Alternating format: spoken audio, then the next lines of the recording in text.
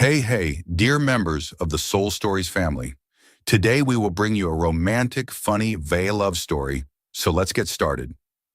Don't forget to subscribe to our channel so you don't miss any meaningful stories. Chapter 1. Disaster Girl. New York City on a December Monday is the perfect definition of chaos. A blizzard sweeping through, streets gridlocked, and Lena Harper, 27, jogging through skin-biting cold to catch the subway. She's not the morning person type. Honestly, she's the kind who, given the choice, would curl up under a blanket with a bag of Doritos rather than face the world. But today, she has no choice. The morning meeting is mandatory, and she's already 15 minutes late. Her cheap boots slip on the sidewalk, her thin coat soaks through, and the latte in her hand, the only thing keeping her awake, teeters dangerously. Just get to the office without freezing to death. And that's a win, she mutters, her breath forming white clouds in the air. But the universe, as usual, has other plans. She bursts into the corporate headquarters, a gleaming glass skyscraper in Midtown Manhattan, just as the elevator doors open. It's already packed with crisp suits and the blank faces of management. Lena squeezes in, trying to keep her coffee upright, but a slight jolt from someone behind throws her off balance. The latte flies from her hand like a mini grenade, and in an instant, the scalding liquid splashes across the pristine white shirt of the man standing right in front of her. "Oh my God," Lena yelps, reaching to wipe it without thinking. "I'm so sorry, I didn't mean to, The man turns around and time seems to slow. He's tall, broad-shouldered, with neatly combed dark brown hair and icy blue eyes that stare at her like she just set the building on fire. His shirt is now a mess of brown stains, but he doesn't say a word. Just stands there, still as an offended statue. "Great," Lena mumbles, her tone a mix of panic and sarcasm. "Now I'm a living coffee machine." She digs through her bag for a tissue, but of course the only thing she pulls out is a candy wrapper covered in lint. Do you want this?" He raises an eyebrow, still silent. A few people in the elevator snicker, but most pretend not to notice, eyes glued to their phones. Lena feels her face flush. Not from the coffee, but from the embarrassment spreading like wildfire. The elevator dings, doors opening on the 42nd floor, internal communications where she works, and she practically bolts out, leaving the man with his artwork shirt behind. When Lena reaches her desk, she tosses her bag down and collapses into her chair, trying to catch her breath. The office is bright and modern, with glass walls and the constant clatter of keyboards. But to her, it's an arena where she keeps losing. She's been here 2 years, and her unofficial title is Disaster Girl, not because she's incompetent, but because her bad luck seems like a superpower. Last week, she dropped a tray of donuts during a team meeting. Last month, she accidentally sent a company-wide email with a meme of a panicked cat captioned, "When the CEO breathes near me." The office roared with laughter, but she just wanted to dig a hole and disappear. Another stellar day in the life of Lena Harper, she tells herself, opening her laptop. But before she can type her password, a Slack message pops up from Jake Torres, her best friend and tech savior from IT. "Jake the It Guy. Heard you just turned someone into abstract art in the elevator?" "Skills." Lena groans, typing back, "Don't remind me. I just spilled latte on some guy in a fancy suit. Probably a senior manager." Jake the It Guy. "Pray it's not the new CEO. Rumor is he hates messes." The message comes with a meme, the infamous cat from her email, now captioned, "When you caffeinate the CEO." "Real funny, Jake," Lena mutters, but the corner of her mouth twitches up. Jake's the type who can always make her laugh, even when she's at rock bottom. He's 29, with messy hair, always in a hoodie, and has a habit of sending memes instead of comfort. If it weren't for him, she'd have been fired over the meme email. He once said he lightly hacked the system to delete it from the server, though it clearly didn't work. She's about to reply when her phone rings, a call from HR. Her heart pounds. "It can't be about the coffee, right?" she wonders, picking up with a shaky hand. "Lena Harper, can you be at the meeting room on the 45th floor at 10 a.m. today?" The HR rep's voice is flat. "The 45th floor? But that's..." Lena swallows hard. "The executive level." "Yes, I can." All morning, Lena tries to work, but her mind spins. She checks emails, edits the internal newsletter, but glances at the clock every 5 minutes. At 9:50, she stands, smooths her rumpled sweater, and steps into the elevator again, this time careful not to hold anything spillable. The 45th floor meeting room is so luxurious she feels out of place. A long polished wooden table, plush leather chairs, and windows overlooking a snow-covered Manhattan. She sits, hands clasped to stop them from trembling, and then the door opens. A man walks in, tall, broad-shouldered, dark brown hair, and, oh no, the coffee-stained shirt is gone, replaced by a spotless white one. Lena freezes. It's the guy from the elevator. And as he sits, his deep, cold voice fills the room. "I'm Graham King, the new CEO of the company. You're Lena Harper, right?" She nods, mouth dry. Graham King, the new CEO, the one Jake warned hates messes, and she turned him into a living pallet 3 hours ago. "I hear you're quite creative," he says, his tone unclear. Sarcastic or serious? The CEO breathing near me email is still a topic around here. Lena wants to vanish. That was an accident, sir. I didn't mean. Accidents seem to be your specialty," he cuts in, raising an eyebrow. "But I didn't call you here to fire you. I want you on a special project with me." She blinks. "Sorry?" Details later. But first, he leans forward, his blue eyes glinting with something unreadable. "You should steer clear of coffee around me." Lena flushes, unsure whether to laugh or cry. She just nods, hearing Jake's laughter in her head if he knew. When Lena leaves the meeting, her legs still shake, but her mind reels. A project with the CEO, after she spilled coffee on him? Is this luck or a trap in disguise? She texts Jake, "You won't believe this. The elevator guy is the CEO, and I'm not fired." His reply is instant. "LOL, you're a legend, disaster girl. But careful, heard he calls coffee productivity juice. Don't spill again." Lena sighs, staring out the window. Tonight's the company year-end party on the rooftop. She decides she'll hide in a corner, away from the spotlight, and especially Graham King. But deep down, she knows her bad luck won't let go that easily. Chapter 2. The roast heard round the room. Monday night, the rooftop of a swanky Manhattan hotel glows with lights and the soft hum of jazz. The company's year-end party is the event everyone looks forward to. Not for the food, though free sushi helps, but because it's a rare chance to unwind after a year of suffocating deadlines. For Lena Harper, though, it's a potential minefield. After this morning's coffee fiasco and her baffling meeting with Graham King, the new CEO she accidentally turned into a living canvas, she just wants to steer clear of trouble. Her plan is simple: arrive early, lurk in a shadowy corner near the drink table, sip a soda, and slip out before anyone ropes her into something dumb. She wears a plain black dress, nothing flashy but polite enough, and flat shoes because heels plus Lena equals disaster.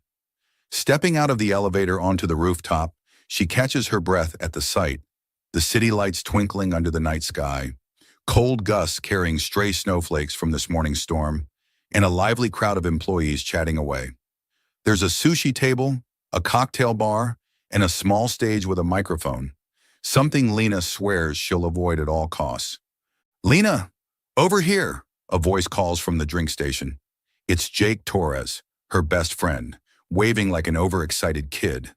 He's got a hoodie under a blazer, his IT guy trying to look professional vibe, and a beer in hand. "You survived today? Heard the new CEO didn't fire you and even gave you some project?"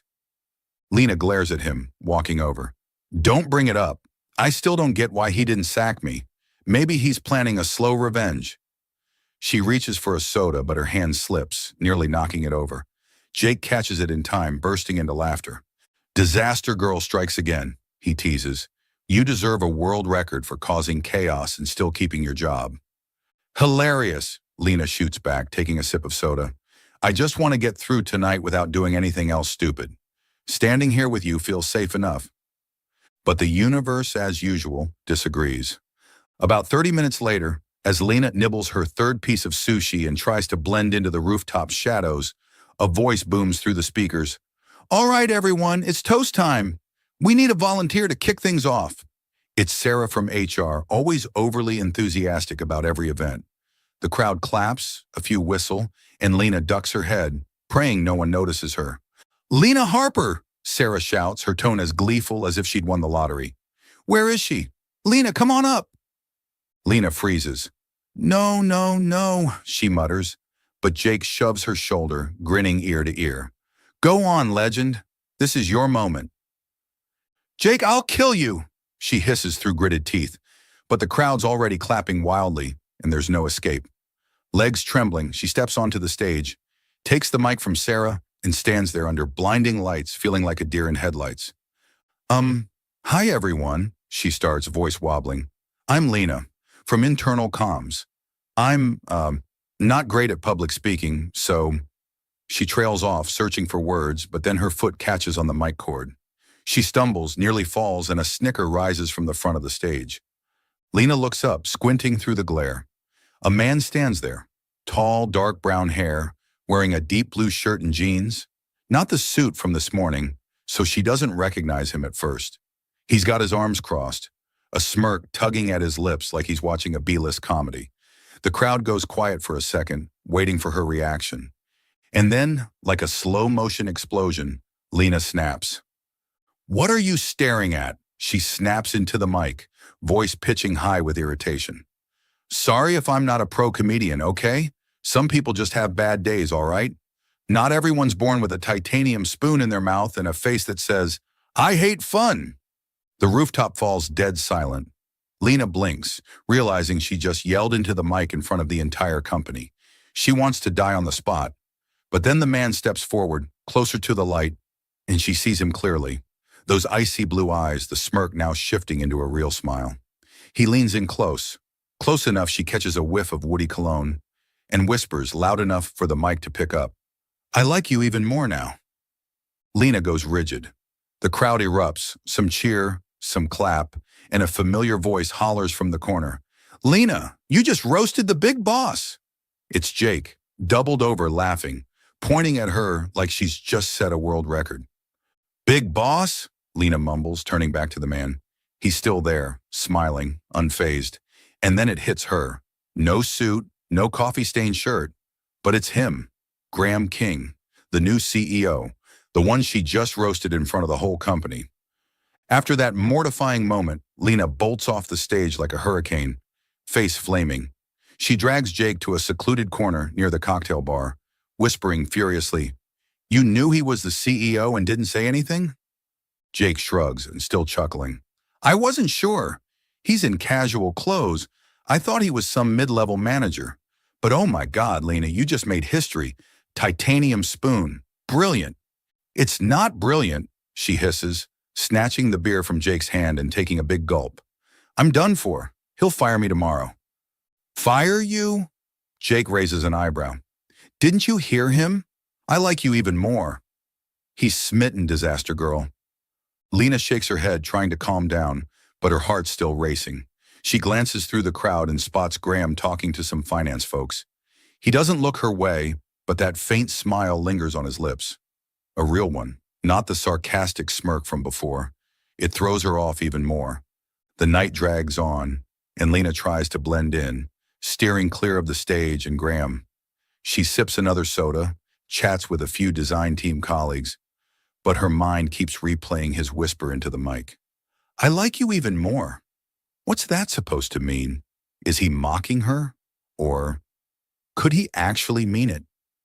Near the end of the party, as she stands by the railing gazing at the city, Jake appears beside her, 2 cocktails in hand. For you, he says, handing her one, a reward for making the whole company lose it. Thanks, Lena replies, taking a sip. But I still don't get what just happened. Graham King, cold, mess-hating CEO, says he likes me after I insulted him? Jake shrugs. Maybe he's into your chaos. Or he's just weird. Either way, you're the star tonight. Heard marketing's already giving you a new nickname, Roast Queen. Lena groans, but a smile tugs at her lips. Great. From disaster girl to roast queen. Real career glow-up. Jake laughs hard, clapping her shoulder. That's the spirit. But seriously, watch out tomorrow. If he's got you on some project, don't spill coffee on him again. Lena nods, staring out at Manhattan's skyline. She doesn't know what Graham King's thinking, but one thing's certain. Tonight won't be the last time she stirs up trouble in front of him. And deep down, she wonders if he really does like her more, like he said, or if it's just the start of a game she's not ready for. Chapter 3, From Roasting to Reporting. Tuesday morning, Lena wakes up feeling like she's been hit by a truck. After last night's epic rooftop roast, she tossed and turned all night, her mind spinning with Graham King's smile and his whispered, "I like you even more now." What did that mean? He's the CEO, a man who hates messes, and she's a walking disaster. From the elevator coffee spill to the titanium spoon jab in front of the whole company. She's convinced she'll be fired, or worse, turned into the office punchline forever. She drags herself into the corporate headquarters, dark circles hidden under hastily applied mascara, clutching a coffee cup like a lifeline. This time she swears she won't spill it. But before she can even sit at her desk, her phone rings. The screen flashes, HR. Her heart drops. "Lena Harper, can you come to HR now?" The employee's flat voice crackles through. "Yes, sure," she replies, voice shaky. She hangs up, staring at her coffee like it's the culprit. "I'm done," she mutters, standing on legs heavy as lead. On the way to the 45th floor, she imagines every scenario. Public firing, a lawsuit for insulting the CEO, or worst of all, being forced to apologize company-wide. The HR room is cold and quiet, a stark contrast to Lena's pounding heart. She sits, hands clasped tight, and then the door opens. It's not an HR rep who walks in, but Graham King, tall, stoic, in a crisp gray suit without a single wrinkle. He sits across from her, sets a stack of papers on the table, and fixes her with those unreadable blue eyes. "You think I called you here to fire you, don't you?" he says, his voice low and steady. Lena swallows hard. Maybe. I mean, after last night." "Last night is why you're here," he interrupts. "I need a special project assistant for a new initiative, 3-month timeline, and I want you." Lena blinks, her brain short-circuiting. "Sorry? You mean me? After I called you, the guy who hates fun?" Graham raises an eyebrow, the corner of his mouth twitching, almost a smile but not quite. "You're direct. I need that. Work starts this week. Are you in?" She nods, still dazed. "Yes, sir." But in her head, she's screaming, "What kind of trap is this?" The first week as special project assistant is a string of disasters Lena can only describe as peak bad luck. Day 1, she's tasked with bringing documents to Graham in a meeting room. She walks in, holding a stack of papers and a green smoothie Jake forced on her. You need positive energy. But as she sets the papers down, her hand slips, and the smoothie tips over onto his desk. A neon green puddle spreads, seeping into the edge of Graham's suit jacket. "Oh no, no, no!" Lena yelps, lunging for tissues from a box on the table, only making it worse by accidentally smearing smoothie onto his hand. "I'm so sorry, I didn't mean—" Graham stares at her, silent, then slowly pulls a handkerchief from his suit pocket and wipes himself clean.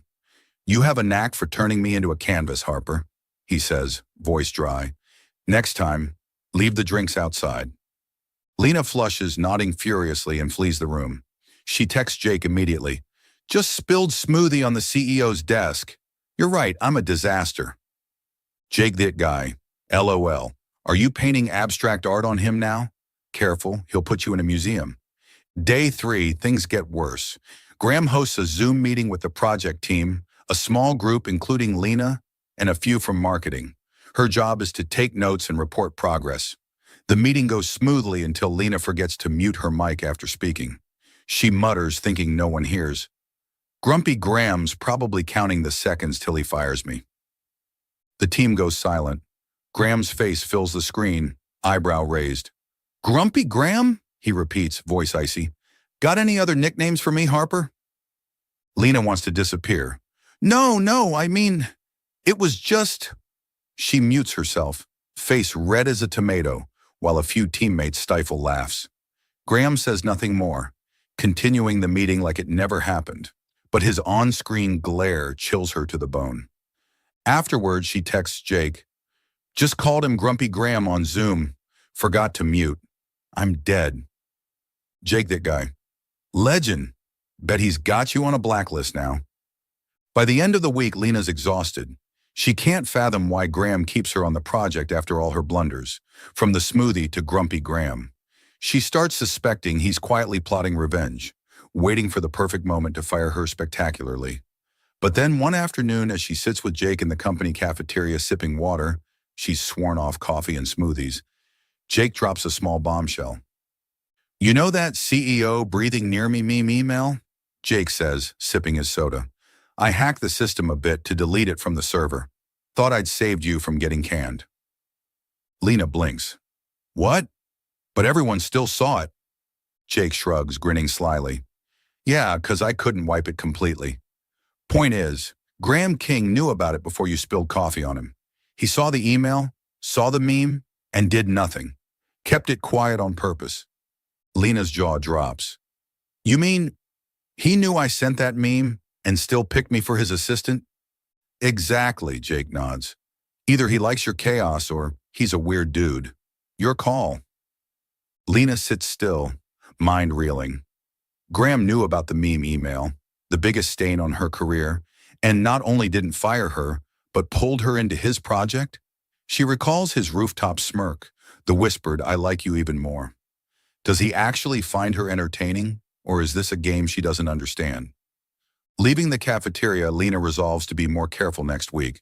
No spilling drinks, no unmuted mics, no giving Graham ammo to fire her. But deep down, she can't shake a strange feeling. Graham King, with his cold exterior and rigid rules, might not hate her as much as she thought. And Jake's little twist, that Graham knew about the email and stayed silent, makes her wonder, what's he thinking? More importantly, how will she survive 3 months of this when her bad luck shows no sign of letting up? Chapter 4.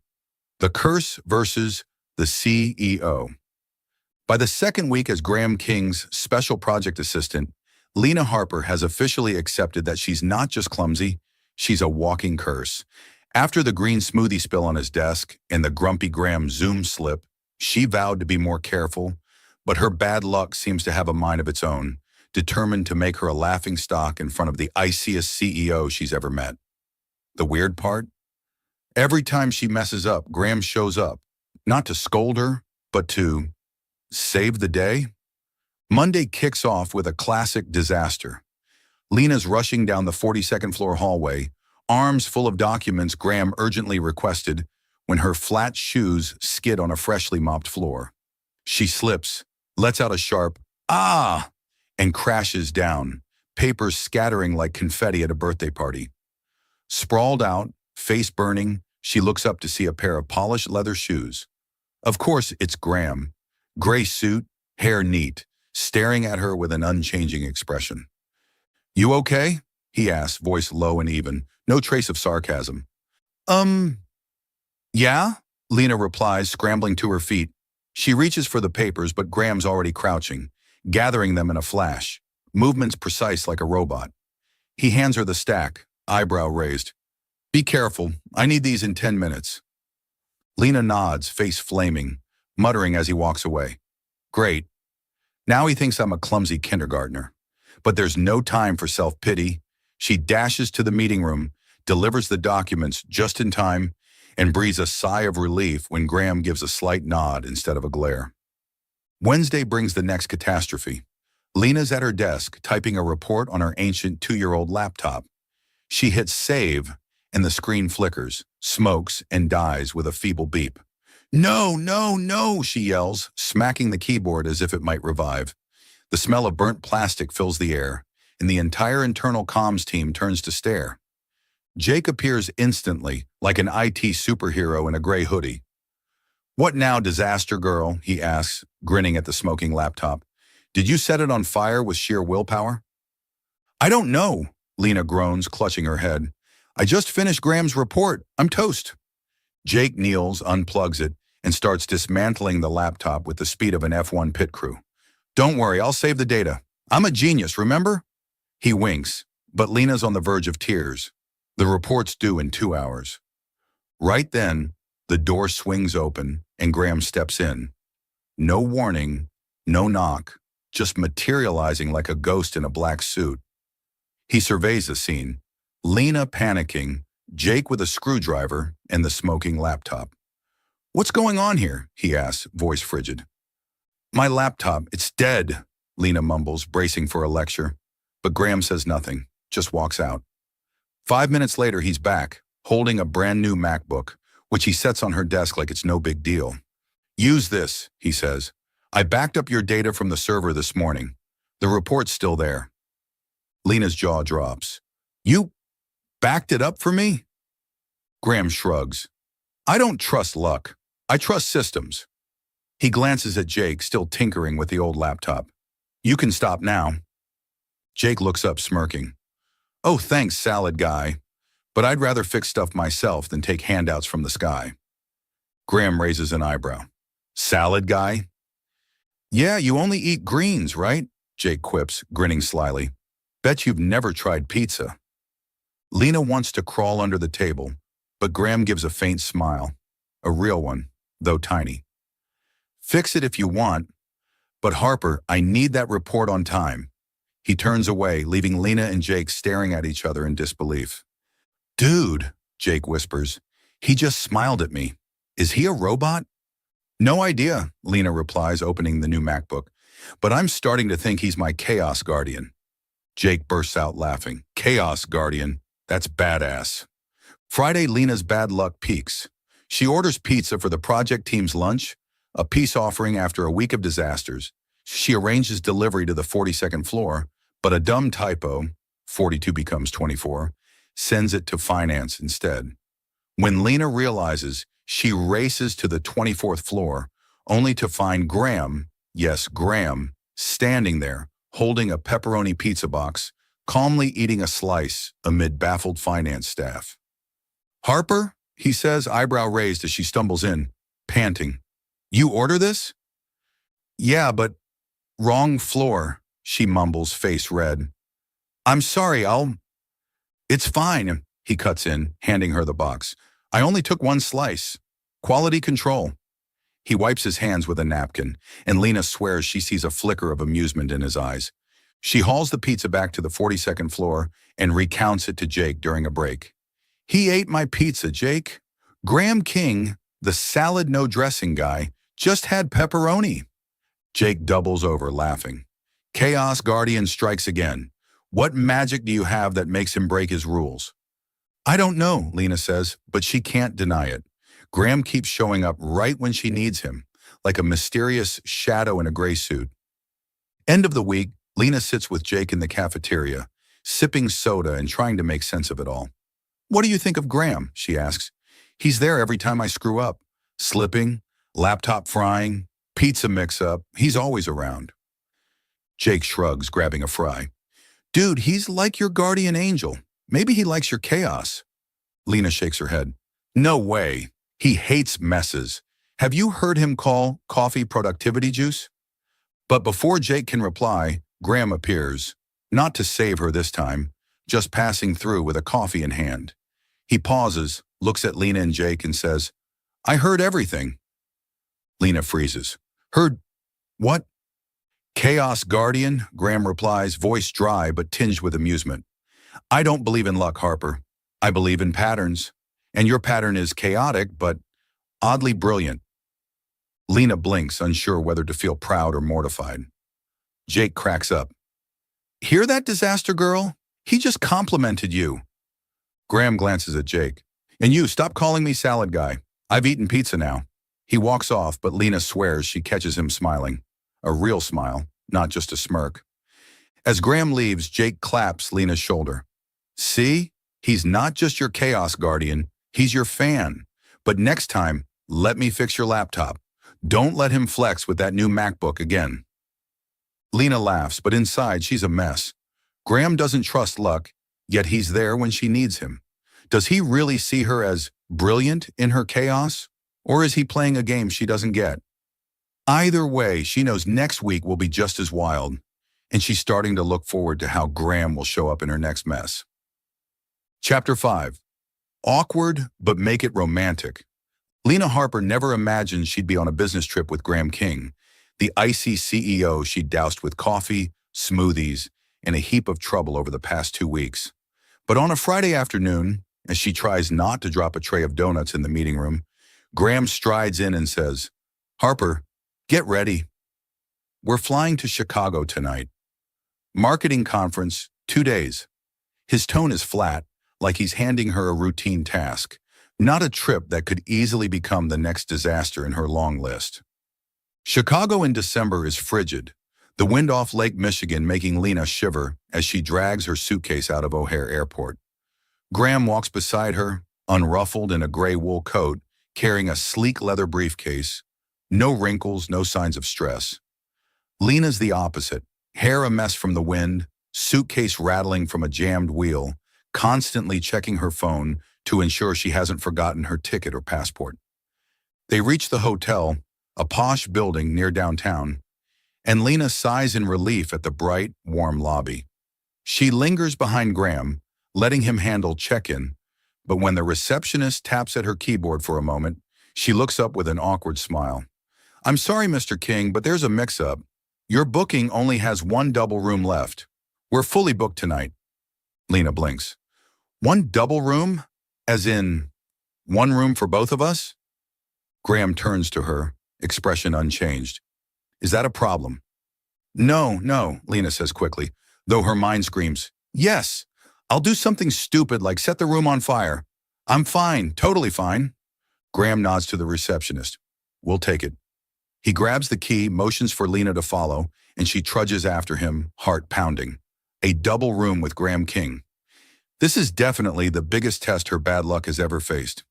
The hotel room is small but cozy, a big double bed with crisp white sheets, a small sofa in the corner, and a window overlooking Chicago's glowing streets. Lena sets her suitcase down, trying to stay calm, while Graham shrugs off his coat and hangs it up with a precision that makes her wonder if he's ever lived like a normal person. "I'll take the sofa," he says before she can speak. "You get the bed." "Oh no, I don't mind," Lena protests, though she knows she won't win. "You're taller. You need the bed more than I do." Graham raises an eyebrow. "I'm not debating this, Harper. You take the bed." His tone is final, and Lena nods, though it still feels weird. He grabs a pillow from the bed, sets it on the sofa, and starts unpacking his briefcase, pulling out a laptop like he's about to work right then and there. Lena sits on the bed, hands clasped, unsure what to do. The room feels heavy, not tense exactly, but awkward, her natural clumsiness clashing with his calm control. She turns on the TV, flips through channels, then switches it off when she realizes she can't focus. Finally, she stands and glances at the minibar in the corner. "Do you want a drink?" she asks, voice slightly off. Graham looks up from his laptop. "Planning to spill it on me again?" Lena flushes but giggles. "No, I swear. I'll be careful." She opens the mini fridge, pulling out 2 tiny bottles of wine. "A truce after this week?" He studies her for a moment, then closes his laptop and stands. "All right." They sit across from each other, Lena on the bed, Graham on the sofa, each holding a small bottle of wine. Lena takes a sip, warmth spreading through her, and slowly the air feels less stiff. She's not sure if it's the wine or exhaustion from the flight, but she starts talking, and to her surprise, Graham responds.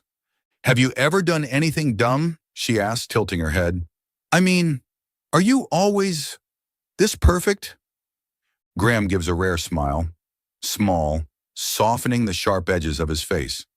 "I spilled marinara sauce on my shirt at my first shareholder meeting.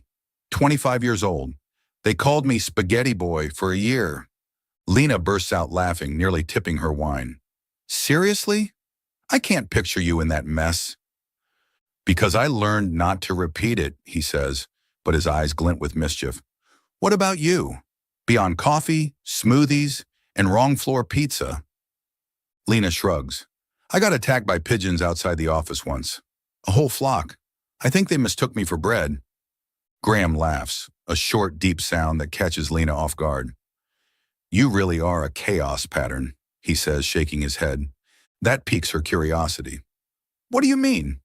You keep mentioning patterns. You really don't believe in luck? He takes a sip of wine, eyeing her over the bottle. Number, I believe in what's predictable, but you defy every prediction, and I find that interesting. Lena blinks, unsure how to respond. The air shifts, slowly, warmly, like a small flame flickering to life. She sets her wine down, smiling. So, truth or dare, let's see if you can be unpredictable. Graham raises an eyebrow but nods. Fine, you start. The game begins silly. Lena dares Graham to stand on the sofa and sing a bit of Happy Birthday. He does, voice so low it's comical, and she doubles over laughing. His turn, he picks truth and shares a rare story about getting rejected on a first date, a glimpse of an imperfect Graham King. But when it's Lena's turn again, she chooses truth, and the mood dips. Why me? She asks, voice softening, eyes locking on his. I mean, why pick me as your assistant? I spilled stuff on you, called you Grumpy Graham, roasted you in front of the company. Why not someone normal? Graham goes quiet, setting his wine down. He leans forward, elbows on his knees, and looks straight at her. Because you're unpredictable, he says, voice low and steady. I live in a world of predictable things, schedules, reports, people. I'm tired of it. You're a variable, chaotic but smart. I need that. Lena's heart beats faster. His words aren't just an answer. They feel like a confession, even if he doesn't say it outright. She opens her mouth to reply but doesn't know what to say. The distance between them shrinks, not physically but emotionally. She looks into his eyes, cold blue, but for the first time, she sees warmth. Then her phone blares, shattering the moment. The screen reads, Jake FaceTime. Lena mutters a quiet curse but answers. Jake's face pops up, hair a mess, grinning slyly. Yo, disaster girl, survived day one in Chicago? Don't burn the hotel down. Lena glares at the screen. Jake, your timing is impeccable. Jake laughs, then tilts his head when he spots Graham in the background. Oh, sorry, am I interrupting? Hey, salad guy, keeping her out of trouble? Graham raises an eyebrow, but his mouth quirks up. She hasn't set anything on fire yet. You, pizza boy? Jake cackles. Pizza boy? Nice. I like you already, salad guy. Lena can't help it. She laughs too, and Graham joins in. A light chuckle, but enough to brighten the room. All right, I'll leave you two to it, Jake says, winking. But Lena, don't spill wine on him. He hangs up, leaving Lena and Graham in an awkward but cheerful silence. That night, Lena lies in bed while Graham takes the sofa, streetlights filtering through the window. She stares at the ceiling, replaying his words. You're a variable. I need that. For the first time, her chaos doesn't feel like a curse. It feels special. As she drifts off, she wonders if Graham, the man of predictions, might actually be changing because of her. Chapter 6. The Storm Before the Heart. After the Chicago trip, Lena Harper feels something has shifted between her and Graham King. Not in an obvious way, but like an undercurrent, slow yet powerful. Those moments in the hotel room, from truth or dare to his words, you're a variable, have changed how she sees him. He's no longer just the cold CEO who calls coffee productivity juice and eats plain salads. He's a man with hidden depths, and she's starting to think she might be part of uncovering them. But, as always, her bad luck finds a way to ruin everything. Monday back in New York, the office buzzes with whispers. Lena steps onto the 42nd floor, clutching a cup of water. She's ditched coffee after too many disasters, and notices every eye on her. Not the usual disaster girl strikes again, stares, but curious, cautious ones. She sits at her desk, opens her laptop, and a Slack message from Jake pops up. Jake the it guy. Heard the rumor yet? Lena frowns, typing back. What rumor? Jake that guy. People say you seduced Graham to get the assistant gig, and a fast promotion too. Marketing's a buzz. Lena freezes, hands trembling so hard she nearly spills her water. Seduced? Promotion? She mutters, mind reeling. She hasn't been promoted. She's still a project assistant, and her achievements with Graham are spilling stuff on him and calling him Grumpy Graham. But the rumor spreads like wildfire, and by noon she overhears two design team colleagues whispering behind her. Did she sleep with the boss to keep her job? Didn't see that coming. Lena wants to scream it's all a misunderstanding, but she knows that'd only make it worse. She texts Jake, I didn't do anything. Why would they think that? Jake, that guy. Simple. Clumsy girl suddenly catches the CEO's eye. People love drama. Don't worry, I believe you. But Jake's comfort isn't enough. By afternoon, another bomb drops. A critical internal document, the strategic plan she and Graham worked on, leaks online. Not all of it, but enough to catch competitors' attention. Lena was the last to edit it on the server, and when IT investigates, all fingers point at her. An emergency meeting convenes Tuesday morning on the 45th floor. Lena sits in the corner, hands clasped tight, facing Graham, a few senior managers, and a shareholder rep, a middle-aged man with a razor-sharp gaze. The air is heavy, cold, like the gray sky outside. Ms. Harper, the shareholder begins, voice dry, you were the last to access the document. How do you explain the leak? Lena swallows, trying to keep her voice steady. I don't know. I saved it on the server like always. Didn't share it with anyone. I swear I didn't do anything wrong. He smirks. Convenient timing with the rumors about you and Mr. King. Did you leak it for attention? No, Lena shoots up, voice pitching high. I'm not that stupid, Enough, Graham cuts in, tone low but sharp. The room falls silent. He looks at the shareholder, then at Lena, but his eyes lack the warmth from Chicago. We'll investigate. Ms. Harper, you can leave. Lena blinks, feeling slapped. He doesn't defend her. He doesn't shut down the suspicion. She nods stiffly, exits the room, and as the door closes, she hears the shareholder say, We need to protect the company's image, King. She's a liability. She stands in the hallway, hands shaking, tears welling. Graham's silence, the man who called her brilliant in chaos, leaves her alone to face the accusations. She doesn't know what he thinks, but disappointment weighs on her chest like a boulder. By day's end, Lena submits her resignation. She can't handle the probing stares, the whispers, and above all, Graham's silence. She emails HR, clears her desk, and leaves without a goodbye. Not even to Jake. When he texts, Where are you? People are looking for you, she replies. I quit. Don't ask. Jake shows up at her Brooklyn apartment that night, armed with chips and soda, his brand of comfort. Lena opens the door, eyes red, hair a mess, and shakes her head as he steps in. I don't want to talk, Jake. Dude, you can't quit over dumb rumors, he says, setting the bag on the table. I know you didn't do anything. Graham knows. He didn't say anything, Lena snaps, voice breaking. He let them think I'm the leaker, the girl who seduced her way up. He doesn't trust me, Jake. Jake frowns, sitting on the sofa. Maybe he's under pressure. You know what CEOs deal with. I don't care, Lena yells, tears spilling. I trusted him, Jake. After Chicago, I thought he was different, but I was wrong. She turns away, hugging herself. Go home. I want to be alone. Jake sighs, standing. Fine, but call if you need me. He leaves, and Lena's alone in her dark apartment as rain begins tapping the windows. The rain grows heavier, drumming the glass like a mournful tune. Lena sits on the sofa, clutching a pillow, staring into space.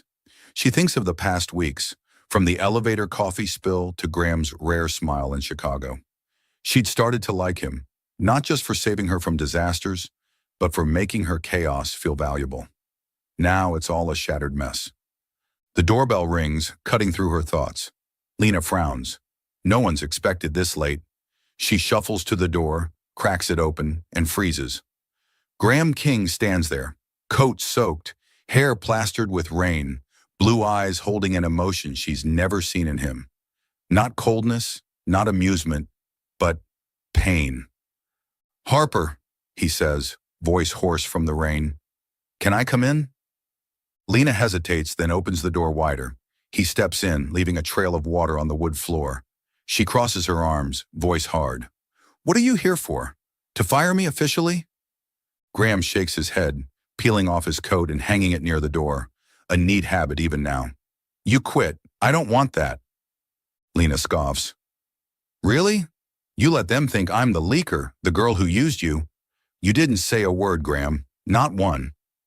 He's quiet for a moment, staring at the floor, then meets her eyes. It's not that I didn't trust you. I know you didn't leak the document. IT found it. A system glitch. Not you. Lena blinks, stunned. Then why didn't you say anything? Why let me take the fall? Graham steps closer, voice lowering. Because I didn't want to lose you in front of them. The board wanted a scapegoat, and I couldn't let them target you. I stayed silent to protect you, but I was wrong. I should have spoken up. Lena shakes her head, tears falling again. You don't get it. I didn't need you to protect me with silence. I needed you to trust me, to stand by me. I do trust you, he says, voice breaking, a rare crack. He steps nearer, close enough she feels his warmth against the rain's chill. I've trusted you since day one, when you spilled coffee on me. I trusted you when you called me Grumpy Graham. I trusted you in Chicago, but I'm not good at showing it.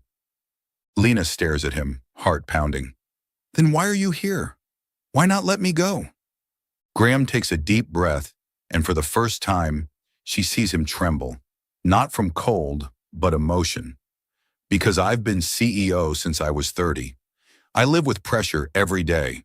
Shareholders, competitors, expectations. I'm not allowed to fail, to be weak. But with you, I don't have to be perfect. You make me want to break every prediction, Lena. And when you quit, I realized I don't want to lose you. Not for the project, but for you. Lena stands still, tears streaming down her cheeks. His words crash over her like a wave, washing away her disappointment, leaving a mix of pain and warmth. She doesn't know what to say, but then he reaches out, brushing a tear from her cheek with a rain-cold finger. I'm sorry, he whispers. Come back. Not for me, but because you deserve it. Lena looks into his eyes, seeing the vulnerability he's always hidden. She nods, voice choked. Okay, but next time, say something. Don't stay silent. Graham smiles, a real warm smile amid the storm. I promise. That night, Graham leaves, and Lena feels something new. She's no longer just disaster girl to him, but someone he needs, not only for her chaos, but for who she is. As she lies in bed, rain still falling outside, she knows this storm isn't an end, but a beginning to something deeper. Chapter 7. Return of the Disaster. After that rainy night in Brooklyn, Lena Harper doesn't return to the company right away. She takes a few days to think about Graham, his apology, and herself. She doesn't want to go back just because he asked, but because she truly believes she can do something big, no matter how many times her bad luck tries to sabotage her. Finally, on a frigid Monday morning, she steps into the corporate headquarters with renewed resolve, her old flats swapped for sturdier boots, though she's still not convinced they'll save her from slipping. When she reaches the 42nd floor, the internal comms room goes quiet for a second before erupting into applause. Jake's the first to charge at her, wrapping her in a bear hug like an overexcited puppy. Disaster Girl's back, he yells, raising a hand for a high five. I knew you wouldn't quit. Lena laughs, shoving him off. Cut it out, Jake. I just took a few days off, not came back from a war. But then Sarah from HR appears, holding an envelope. Lena, welcome back. This is official. You've been appointed head of creative engagement. Mr. King signed off on it this morning. Lena blinks, jaw dropping. Head of creative engagement? As in an actual promotion? Sarah nods, smiling. That's right. He said you're the best fit. Congrats. She walks off, leaving Lena stunned amid cheering colleagues. Jake winks, whispering, See? Chaos Guardian wouldn't let you stay jobless. Her first meeting in the new role happens that afternoon on the 45th floor. Lena walks in, clutching her new laptop, the one Graham gave her after the burnout fiasco, and spots Graham at the head of the table in a dark gray suit.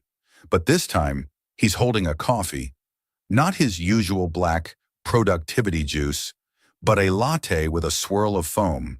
She nearly drops her laptop in shock.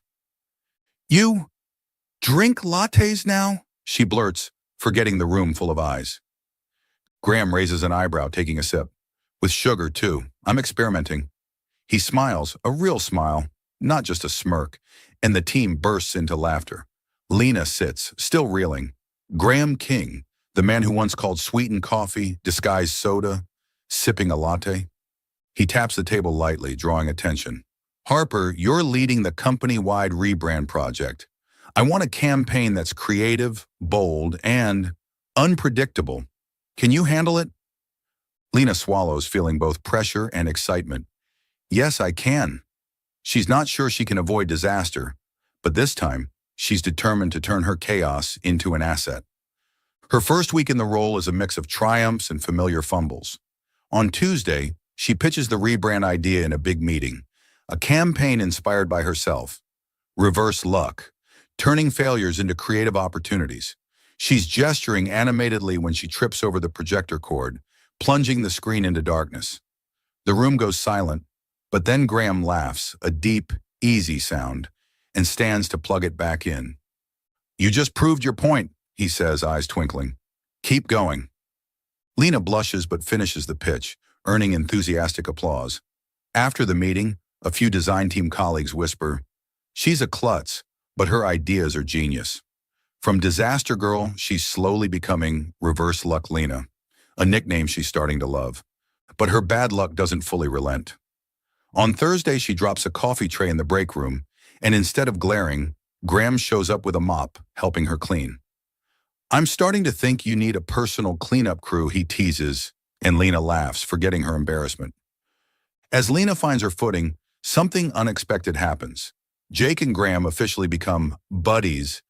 It starts when Jake, somehow getting Graham's contact, sends a Slack message.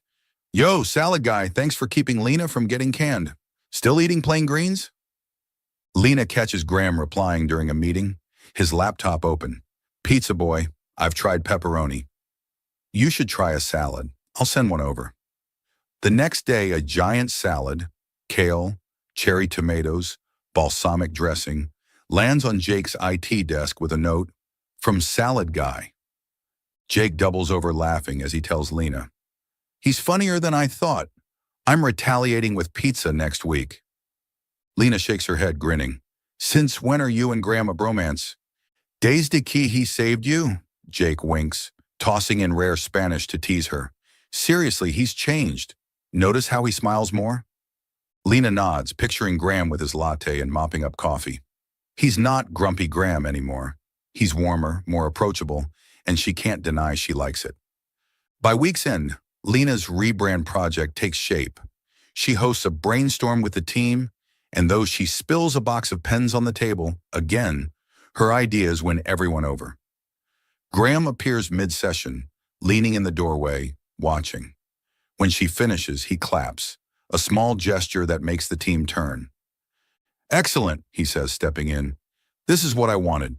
Creative, chaotic, effective. Keep it up, Harper." Lena smiles, heart racing. "Thanks. I'll try not to burn the room down."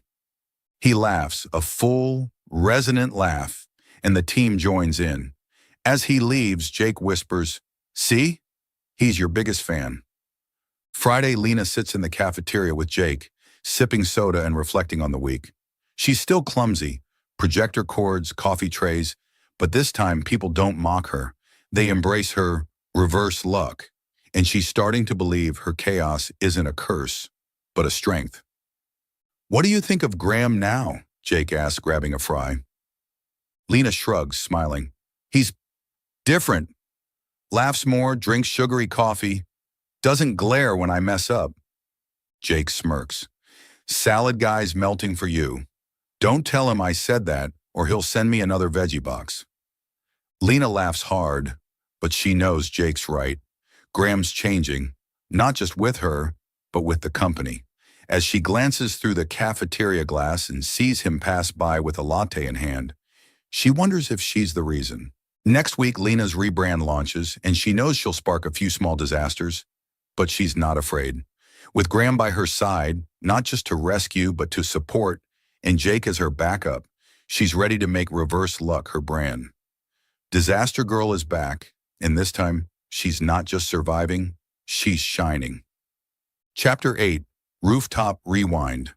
A year has passed since that fateful night on the Manhattan rooftop when Lena Harper accidentally roasted Graham King in front of the entire company and heard him whisper, "I like you even more now." Now, on a chilly December evening, she stands before the mirror in her small Brooklyn apartment, adjusting a wine-red dress, not too fancy, but enough to make her feel confident. The company's year-end party is back at the same venue, and this time, she's not the disaster girl hiding in the corner.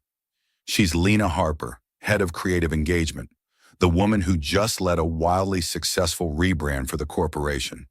Still, she's nervous, not about work, but about Graham. After a year of working together through coffee spills, chaotic meetings, and that rainy night in Brooklyn, their relationship has grown beyond boss and employee. He's no longer the cold CEO with plain salads. He laughs more, drinks sugary lattes, and sometimes the way he looks at her makes her heart race inexplicably. She's not sure what it is, friendship, respect, or something deeper. But tonight she hopes to find out. The rooftop is as stunning as she remembers. Warm golden lights strung overhead, soft jazz drifting from the speakers, and Manhattan sparkling under the night sky. Lena steps out of the elevator, her new boots clicking on the floor, and is immediately tackled into a suffocating hug by Jake. "Reverse luck, Lena," he shouts, holding a beer. "You look sharp. Ready to be the star tonight?" Lena shoves him off, giggling. "Knock it off, Jake. I just want to survive the night without spilling anything." Jake winks. "With Salad Guy here, you're covered. He'll clean up for you." She glances around and sure enough, Graham's near the cocktail bar, wearing a deep blue shirt and slacks. No suit, no tie, far more relaxed than a year ago. He's holding a glass of wine, chatting with some finance folks, but when his eyes meet hers, he pauses and gives a small smile. Lena's face heats up, and she quickly turns to pretend she's admiring the view. The party buzzes. People munch on sushi, sip cocktails, and rave about Lena's rebrand campaign. She gets a flood of compliments. Their reverse luck idea is genius. And for the first time, she feels she truly belongs. But her mind keeps drifting to Graham. He doesn't approach her right away, just watches from a distance, as if waiting for the right moment. As the music shifts to a slow jazz tune, the lights dim, and a few couples start dancing in the center of the rooftop. Lena stands by the railing, sipping a soda. She still doesn't trust herself with alcohol, when a hand extends toward her. She looks up and Graham's there, his blue eyes glinting under the lights. "Dance with me?" he asks, voice low and warm. Lena blinks, nearly dropping her soda. I'm not great at dancing. I might step on your feet." Graham smiles, a real smile softening his sharp edges. "I can handle it. Come on." She sets her glass down and lets him take her hand, pulling her to the dance floor. His grip is warm, steady, and when he rests a hand on her waist, a jolt runs through her. They move to the music, slow and a little awkward since Lena's genuinely bad at dancing, but Graham guides her with surprising patience. "You know," he says, leaning down to whisper in her ear, "last year when you yelled at me on that stage, it was the best part of my night." Lena giggles, looking up at him. "Really, I thought you were some rude guy with no sense of humor." He chuckles, drawing her closer. "We were both wrong, in the best way." Her heart pounds. The air between them turns sweet, warm, like a melody just for them. She meets his gaze, seeing a sincerity he rarely shows, and then he leans down, pressing a gentle kiss to her forehead, soft, warm, like an unspoken promise. Lena closes her eyes, feeling his breath in her hair, and for once, she's not afraid her bad luck will ruin it. But the universe, as usual, has other plans. As the song ends, Sarah from HR hops onto the stage, grabbing the mic and shouting, "All right, everyone, it's toast time. Lena, get up here. You're the star of the year." The crowd claps wildly and Lena blushes, glancing at Graham. He nods, urging her on, and she reluctantly steps up, taking the mic from Sarah. Under the spotlight, she takes a deep breath, trying to stay calm. Hi, everyone," she starts, voice shaky. Thanks for an amazing year. I'm not great at speeches, but I want to thank my team, Jake, for always saving me from tech disasters, and she pauses, looking at Graham below, smiling up at her. And someone special who survived my coffee spills, my chaos, and is still here. She means to stop, but old habits kick in, and her mouth runs away. I mean, who'd have thought? A guy with a titanium spoon could put up with me this long. The rooftop goes silent for a beat, then explodes with laughter. Lena blinks, realizing she's just roasted Graham again, on a mic in front of the company, just like last year. She covers her mouth, face flaming, whispering, "Oh no, I didn't mean..." But Graham isn't mad. He steps onto the stage, laughing. A big, easy laugh she's never heard from him before. The crowd roars with applause, and before she can react, he snatches the mic from her, locking eyes with her. "Lena Harper," he says, voice deep and clear through the speakers. "You're right.